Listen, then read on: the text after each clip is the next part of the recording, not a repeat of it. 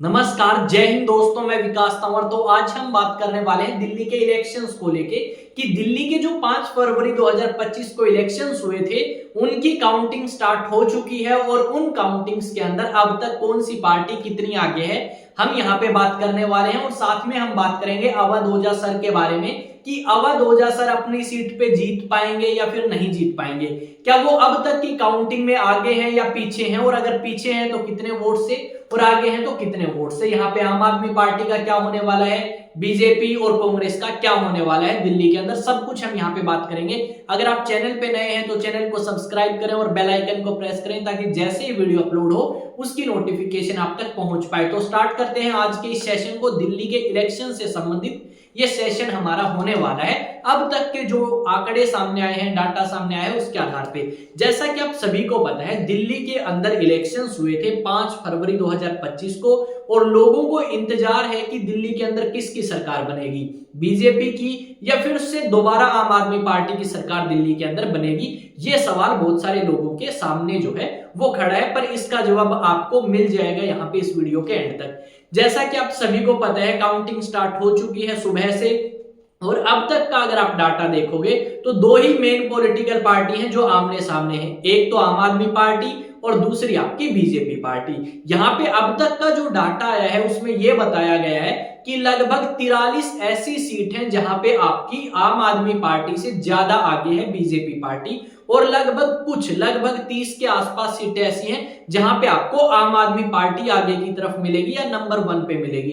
तो यहाँ पे जो एग्जिट पोल में बताया गया था कि भाई आम आदमी पार्टी जो है वो इतनी सीट ले सकती है, अभी तक अगर हम देखें तो उतनी ही सीट पे आम आदमी पार्टी आगे है, और बीजेपी की जो बात करी गई थी उतनी ही सीट्स पे बीजेपी आगे अभी तक है। पर यहाँ पे अगर आप देखोगे तो लगभग 40 to 50% वोट की जो काउंटिंग है वो हो चुकी है, और 50% वोट की काउंटिंग अभी यहाँ पे आप कह सकते हो बाकी है। पर यहाँ पे एक रुझान अगर आप देखोगे तो रुझान हमें इस तरीके से नजर आएगा कि जो आम आदमी पार्टी के मेन लीडर थे वो फिलहाल आपको पीछे नजर आएंगे। एक टाइम वो भी था जब आपका अरविंद केजरीवाल लगभग 500 वोटों से पीछे थे, फिर आगे हुए। इसके बाद अगर हम बात करें आम आदमी पार्टी के आज के समय में सबसे फेमस कैंडिडेट के बारे में, जो कि हैं आपके अवध ओझा सर। अगर अवध ओझा सर की बात करें तो उनके लिए स्पेशल सीट आरक्षित करी गई थी, वो कि इस सीट पे तो भाई अवध ओझा सर आपके इलेक्शन लड़ेंगे, जहां पे पहले दिल्ली के उप मुख्यमंत्री मनीष सिसोदिया 2013 में इलेक्शन लड़ते हैं, 2015 में और 2020 में, और तीनों बार उस सीट से जीत के आते हैं।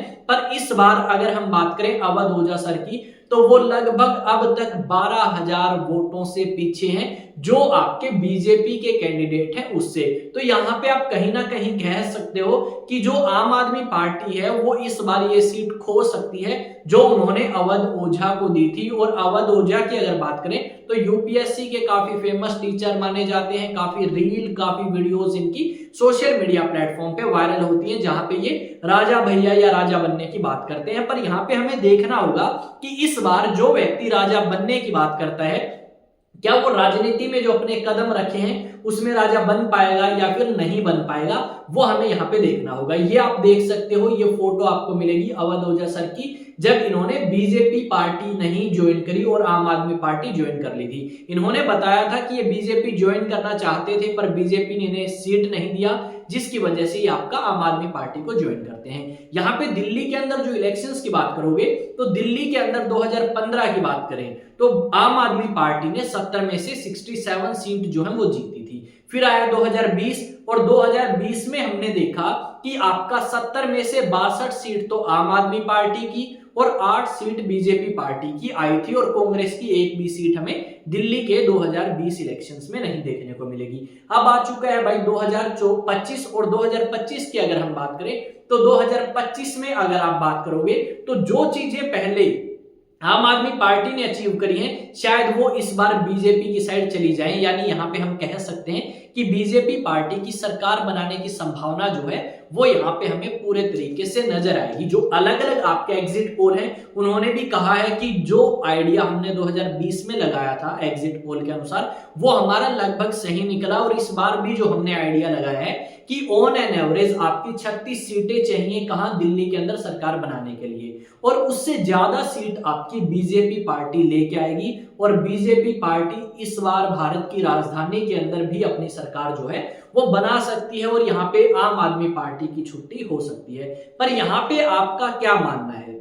क्या जो आपके 50% पोल हुए हैं उनमें आपकी जो बीजेपी पार्टी आगे है, क्या वो पीछे होगी और दोबारा से आम आदमी पार्टी आपकी आगे आएगी और दिल्ली के अंदर सरकार बनाएगी? आपका क्या मानना है? अगर आप दिल्ली के निवासी हैं और अगर आपने वोट दिया है आम आदमी पार्टी को या बीजेपी को या आप कह सकते हो कांग्रेस को, तो आपके हिसाब से क्या लगता है दिल्ली के लोग क्या चाहते हैं? बीजेपी पार्टी की सरकार आए या आम आदमी पार्टी की? कांग्रेस की अगर हम बात करें तो कांग्रेस की सरकार आने की संभावना आप कह सकते हो 0% है, या फिर आप कह सकते हो कांग्रेस की सरकार आने की संभावना दिल्ली के अंदर ना के बराबर है, या फिर कह सकते हो है ही नहीं। ठीक है, तो यहाँ पे दो पार्टी है मेन जिनके बीच में काफी बड़ी टक्कर है और जो सरकार बना सकती है। यहाँ पे हमें यही चीज देखनी होगी, अगर दिल्ली के अंदर भी बीजेपी पार्टी की सरकार बनती है तो कहीं ना कहीं आप कह सकते हो कि बीजेपी पार्टी से लोग खुश हैं और चाहते हैं कि प्रधानमंत्री नरेंद्र मोदी के नेतृत्व की ही सरकार यहाँ पे बने भारत के अंदर। और आप कह सकते हो कहीं ना कहीं इसका मतलब ये है कि भारत के लोगों को विश्वास है किसके अंदर? मोदी सरकार के अंदर।